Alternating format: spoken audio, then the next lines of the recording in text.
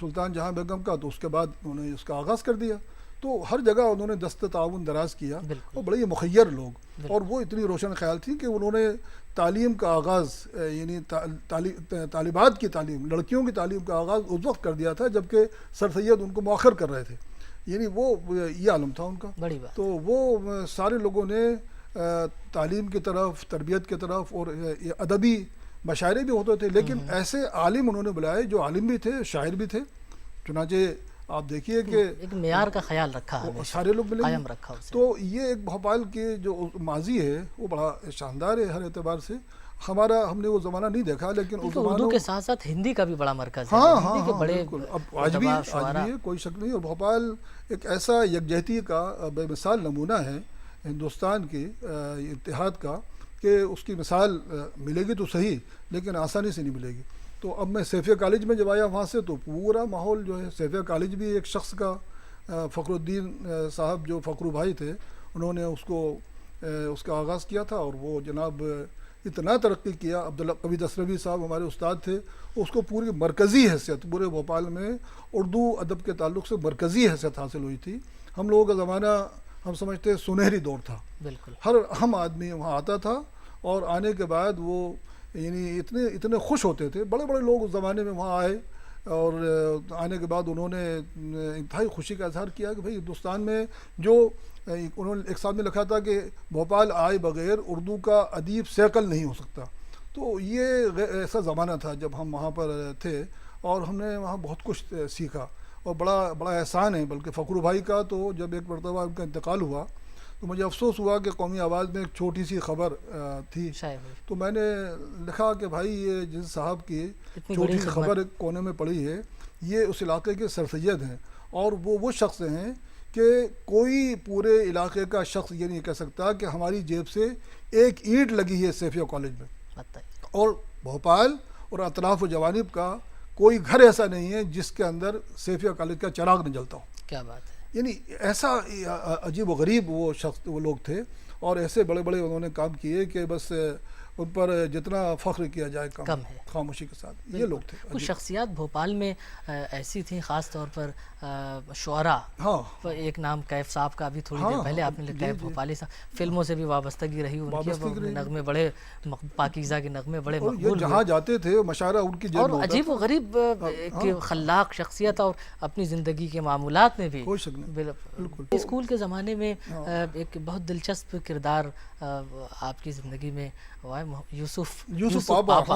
اب ان کے نام ہی ایسا ہے کہ ہمیں متوجہ کر لیتا ہے. صاحب نہ پوچھیے، وہ یوسف پاپا جو ہیں فزکس پڑھایا کرتے تھے. فزکس یعنی ایسے مجموعہ ازداد تھے. وہ دیکھنے میں بالکل صوفی صافی، ایک رنگین ٹوپی لگی ہوئی گلے میں، ان کے ایک وہ دوپٹہ نما، ایک لمبا کرتا وہ بھی رنگین، ڈھیلا پاجامہ، اور حیات غذائی ان کی.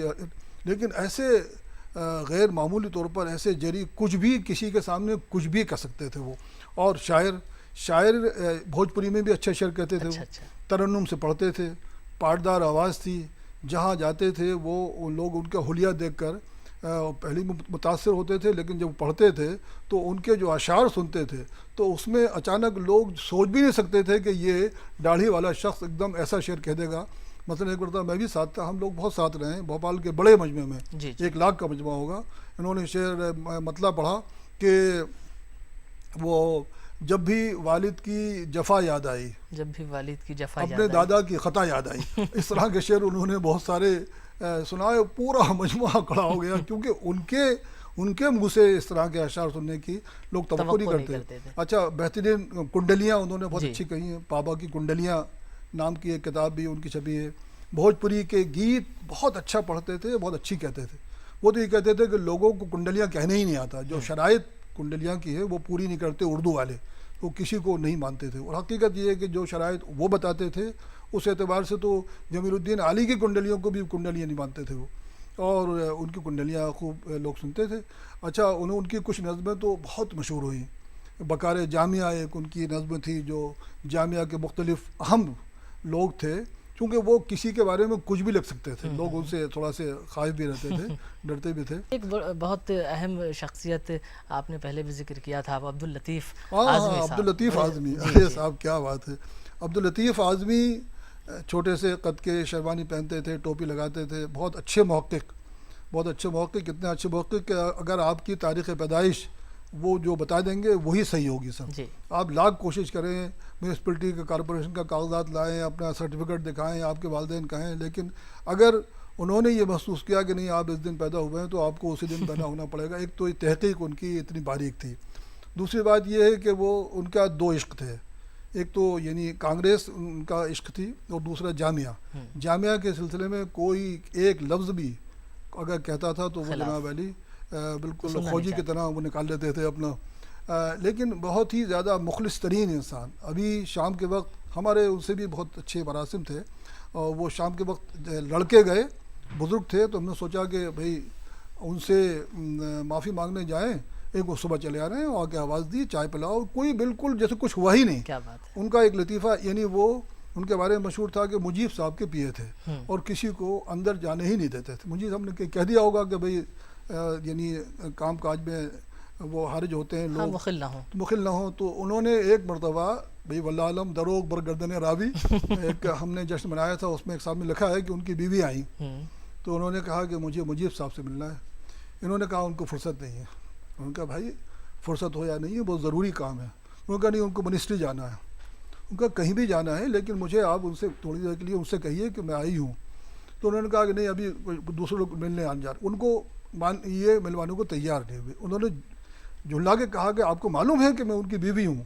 تو یہ انہوں نے کہا کہ سب یہی کہتے ہیں جو بھی آتا ہے یہی کہتا ہے، آپ یہاں نہیں مل سکتے.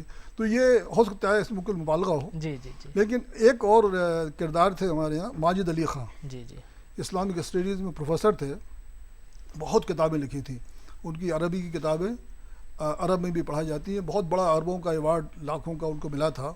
وہ بڑے مغلوب الغضب قسم کے پٹھان تھے بہت. تو اب لطیف اعظمی دونوں یہ بحث والے بہت تھے، یہ بحث بہت کرتے تھے. دونوں کے بحث میں اتنی کسی بات پر بات بڑھی کہ انہوں نے ماجد علی خان نے ان سے کہیں کہہ دیا، لطیف اعظمی صاحب نے ان سے کہہ دیا کہ جب میں مروں تو آپ میرے جنازے میں نہیں آئیں گے. تو اب وہ بات ختم ہوئی. تو ایک ذاکر نگر اور جامعہ کے درمیان ایک پگڈنڈی تھی. ایک مرتبہ دونوں وہاں مل گئے. وہ ادھر سے آ رہے اکیلے، لطیف صاحب اور ماجد صاحب یہاں سے جا رہے. تو ماجد صاحب نے ان کو روک لیا، روک کر کہا کہ لطیف صاحب آپ اپنی وہ وصیت واپس لیجئے. میں کون سی وصیت؟ وہ کہ میرے تو جنازے میں نہیں آؤں گا. تو انہوں نے لطیف صاحب بھی اڑ گئے کہ میں واپس نہیں لیتا. انہوں نے کہا نہیں، آپ کو وصیت جو ہے اپنی واپس لینا پڑے گی. وہ بھی چونکہ تھے تو وہ بھی کیا نام ہے یہ پٹھان تھے اگرچہ، لیکن وہ بھی کم نہیں تھے اعظمی. تو انہوں نے کہا میں نہیں لوں گا واپس. وہ ناراض تو تھے ہی. تو انہوں نے کہا کہ دیکھیے آپ وصیت میری واپس لیجئے ورنہ یہ جنازہ اور یہ شرکت. اس طرح کے واقعات جو ہے بہت دلچسپ جو ہیں ان کے درمیان. لیکن یہ کہ یہ لوگ بہت لائق و فائق اور بہت شریف النفس، اور اس طرح کی جو اس کے بعد یہ پھر مل جاتے تھے آپس میں.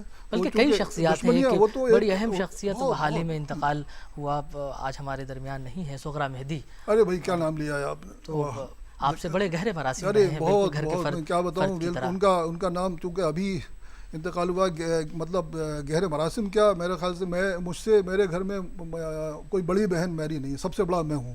لیکن یہ بات مجھے اس وقت تک مجھے محسوس نہیں ہوئی جب تک وہ زندہ رہی. سچ بات ہے. اور مجھے سے پتہ نہیں کتنے لوگ ہوں گے، بہت غصے والی، بہت نرم مزاج، بہت ہمدرد، بہت لوگوں کے لیے جان دینے والی، اور اگر وقت پڑ جائے تو اس کو بھی نہ بخشیں. یہ اور اتنی حق گو، اور ایسی یعنی شائعے بھی لکھے انہوں نے، اور ناول وغیرہ تو ان کے ہیں.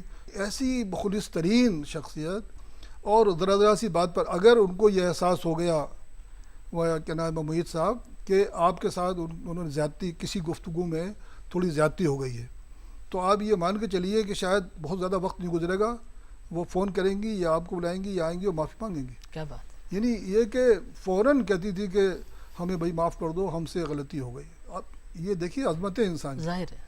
تو یہ لوگ تھے جامعہ میں، اور جو پرانے لوگ تھے تو وہ تو خیر ہم نے نہیں دیکھے، لیکن کیا لوگ رہے ہوں گے. لیکن ہم نے جو دیکھے ہیں وہ بھی جامعہ کے نصیب میں ایسے ایسے بہترین لوگ تھے.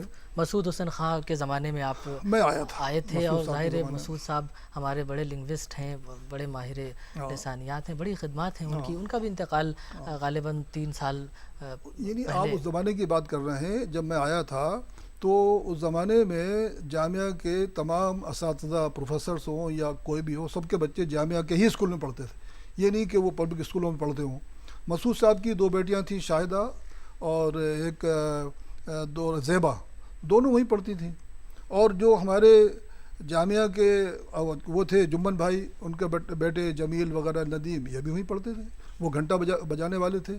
تو چپراسیوں کے بچے یا جن کی کم تنخواہیں ان کے بچے, ڈرائیوروں کے بچے, اور سب ساتھ پڑھتے تھے. اور وہ ایسا عجیب و غریب ماحول تھا, ایسا ایک خاندان سا لگتا تھا کہ آپ پہچان نہیں سکتے تھے کہ آپ سے کوئی کہے کہ ذرا پہچاننا بھائی اس میں سے کون بچہ کس کا ہو سکتا ہے. بالکل ساتھ اٹھنا بیٹھنا, کھانا پینا, بہت ہی زیادہ یعنی قابل رشک ماحول تھا. حالانکہ ابھی بھی بہت نہیں بگڑا ہے, لیکن وہ بات نہیں رہی کہ آپ جو پروفیسر جو ہیں ان سے ملتے تھے, ٹیچر سے, تو ان کو یہ احساس نہیں ہوتا تھا کہ ہم ذرا ان سے کچھ کس طرح برتر ہیں. نہ لوگوں کو چھٹی کا خیال آتا تھا, بلکہ مجھے یاد ہے کہ اسکول کے زمانے میں کہ ٹیچر کہتے تھے کہ بھائی 6 دن کا ویک تھا, 6 ڈے ویک. ٹیچرز کہا کرتے تھے کہ اب کل اتوار آ گیا بیچ میں بلا وجہ, اب ملاقات ہماری 2 دن بعد ہوگی کہیں جا کر. تو ان کو 1 دن, اب یہ عالم ہے. اور کلاس پابندی سب لیتے تھے, اور تنخواہیں کم تھیں. کبھی یہ بھی نہیں تھا کہ بھئی تنخواہ ہماری بڑھ جائے. جب سے تنخواہیں زیادہ ہوئی ہیں تو تھوڑا سا یعنی فرائض منصبی سے فاصلہ بڑھ گیا, اس کی ادائیگی سے. وہ بات جو پہلے جو ایک طرح خاص قسم کا خلوص, ایک لگاؤ, ایک تعلق تھا, اب ہوتا ہے مادیت جو ہے وہ یہ سب کچھ لے کر آتی ہے. تو وہ ساری چیزیں ان سے پرانے لوگ جو تھے جنہوں نے کہ بالکل اپنے آپ کو وقف کر دیا تھا, ان سے پرانے لوگ جنہوں نے تنخواہیں ہی نہیں لی تھیں اور اپنے آپ کو 20 سال تک بہت کم تنخواہ پر, وہ تنخواہ بھی کیا ملتی تھی, وہ تو یہ تھا کہ صاحب اگر مہینے میں کسی کے 200 روپے دینا ہے, 20 مل گئے تو 20, 25, 40 مل گئے تو 40. اور وہ بھی ذاکر صاحب کے زمانے میں جو کام کرتے تھے ان کو نہیں دیے جاتے تھے, ان کے گھر میں بھیج دیے جاتے تھے کہ بھئی یہ آپ خرچہ چلائیے. ایسا نہیں کہ یہ ان پیسوں کو ادھر ادھر کہیں کر دیں یا کسی کو دے دیں, کیونکہ اس زمانے میں کسی کو بھی لوگ دے دیا کرتے تھے. جس کو محسوس ہوتا تھا کہ یہ ہم سے زیادہ ضرورت مند ہے تو وہ فوراً لیا, ان کو دے دیا. ظاہر جامعہ کی بنیادی قربانیوں پر ہے, اور بڑی لوگوں نے قربانیاں دی. آج یہ اتنا شاندار یہ ادارہ جو نظر آ رہا ہے, لوگوں کو اندازہ نہیں ہے. افسوس ہوتا ہے کہ لوگ جو ہیں ان لوگوں سے پوری طرح واقف بھی نہیں ہے. میرا تو جی چاہتا ہے کہ کوئی ایسی مطلب کوشش کی جائے کہ سارے لوگ جو وہاں ان کے لیے لازمی کر دیا جائے کہ وہ ان تمام پوری تاریخ سے اور تمام لوگوں سے واقف ہوں.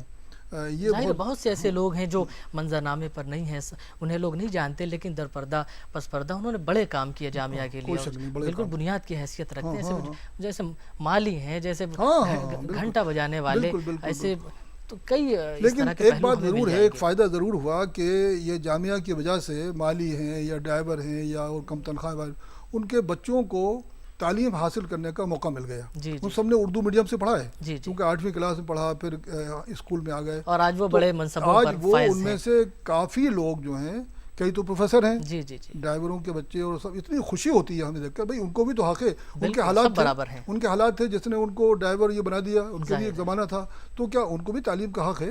تو اس لیے وہ سارے لوگ جو ہیں اب اس حیثیت میں ہیں کہ اپنے بچوں کو اچھی تعلیم. میں جب باہر جاتا ہوں کبھی ہندوستان سے, عرب وغیرہ, تو وہاں وہ بچے ملتے ہیں جن کو ہم نے اسکول میں پڑھایا تھا, اور کیا یعنی اس قدر خوشی ہوتی ہے. میں سوچتا ہوں کہ اس پیشے کی سب سے زیادہ بڑی حصولیابی سب سے یہی ہے کہ جناب طالب علم جو ہے محبت کرنے والے ایسے مل جاتے ہیں. تو وہ تمام لوگ جو ہیں دنیا میں خوب نام کما رہے ہیں اور جامعہ کا نام بھی روشن کر رہے ہیں. اور یہ کو اردو میڈیم کے ہیں وہ لوگ جو سمجھتے ہیں کہ اردو میڈیم کے پڑھے ہوئے لوگ, انہوں نے بعد میں اپنی انگریزی وغیرہ محنت کی, درست کی, اور آج وہ جس جگہ بھی ہیں, جس مقام پر ہیں, وہ یعنی اس اپنی حیثیت میں دوسروں کے مقابلے میں کمتر نہیں ہے. ظاہر ہے. اب خالد محمود صاحب واقعات بہت ہیں اور ظاہر ہے ہر واقعے کا ذکر ہم یہاں نہیں کر سکتے, ہمارے پاس وقت کم ہے, لیکن ظاہر ہے اب تک آپ نے جتنی گفتگو کی, بہت دلچسپ گفتگو کی, بڑی اہم شخصیات کا ذکر کیا. آپ شاعر بھی ہیں اور آپ پر ایک کتاب بھی خصوصی طور پر سیفی سرونجی نے ایک تو رسالے کا نمبر ہی نکالا اور ایک کتاب بھی ترتیب دی, جس میں بڑے اہم لکھنے والوں نے آپ کی شاعری کے حوالے سے اظہار خیال کیا, آپ کی شخصیت کے خاکے لکھے گئے. ایک نظم آپ کی بہت مشہور ہے اور ہر شخص جانتا ہے, اردو میں عام پر کئی نظمیں ہیں اور اکبر الہ آبادی اور اس طرح کے جو ہمارے اہم شاعر ہیں انہوں نے عام پر نظم. غالب تو خیر عام کے رسیہ تھے, حضرت غالب بھی عام کھاتے تھے اور پسند کرتے تھے وہ سب کچھ, لیکن آپ نے جو عام پر نظم لکھی ہے وہ بہت چرچے میں ایک طرح سے کہنا چاہیے کہ وہ رہی ہے, ذکر میں رہی ہے. فرحت احساس ہمارے بڑے اہم شاعر ہیں, انہوں نے اس نظم پر باقاعدہ مضمون لکھا ہے. ہم چاہتے ہیں کہ یہ گفتگو مکمل نہیں ہوگی اگر ہم اس نظم کا ذکر نہ کریں اور اس نظم کے کچھ بند آپ سے نہ سنیں. اچھا, میں پیش کر دوں گا. شاہ اودھ سے فون پر کل میں نے بات کی, شاہ اودھ سے فون پر کل میں نے بات کی, اس میں گرامی شاہ کا عبدالسلام ہے. پوچھا کہ لکھنؤ میں ہے, میں نے کہا کہ ہاں. بولے کہ یہ بتائیے کئے دن قیام ہے. میں نے کہا کہ آج ہی آیا ہوں یا آخی, یوں تو خلوص شاہ میں کس کو کلام ہے, لیکن یہ آنے والے سے جانے کا پوچھنا, لیکن یہ آنے والے سے جانے کا پوچھنا, کیا اس میں کوئی راز ہے یا کچھ کلام ہے, کیا اس میں کوئی راز ہے یا کچھ پیام ہے.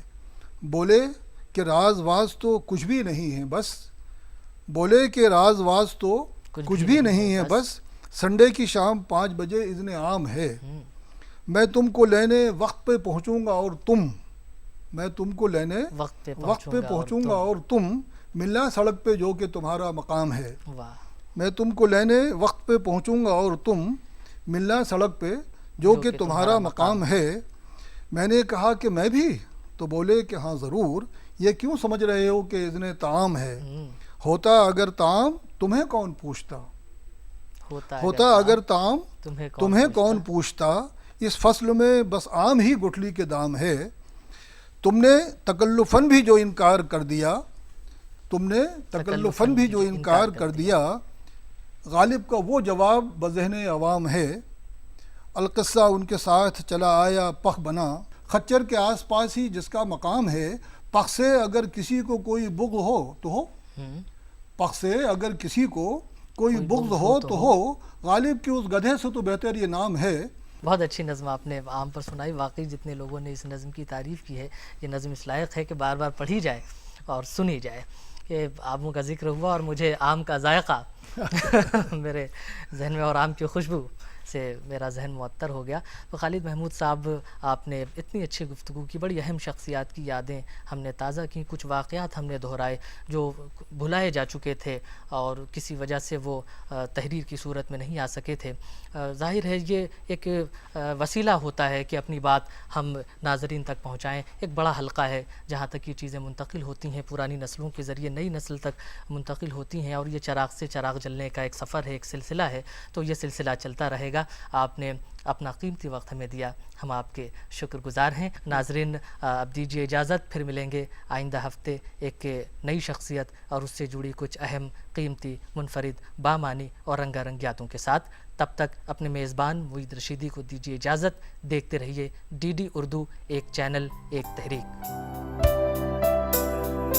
یاد ماضی ہے یا کوئی روشنیوں کا سفر, سلسلہ در سلسلہ ہے آرزوؤں کا سفر.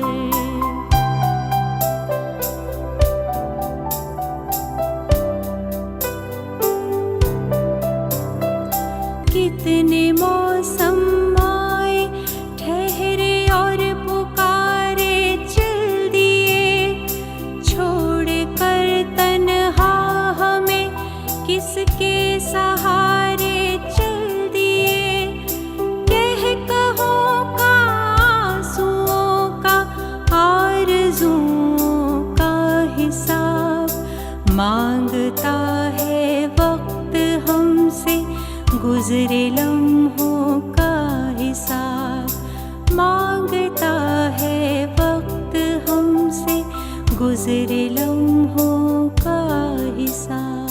خوب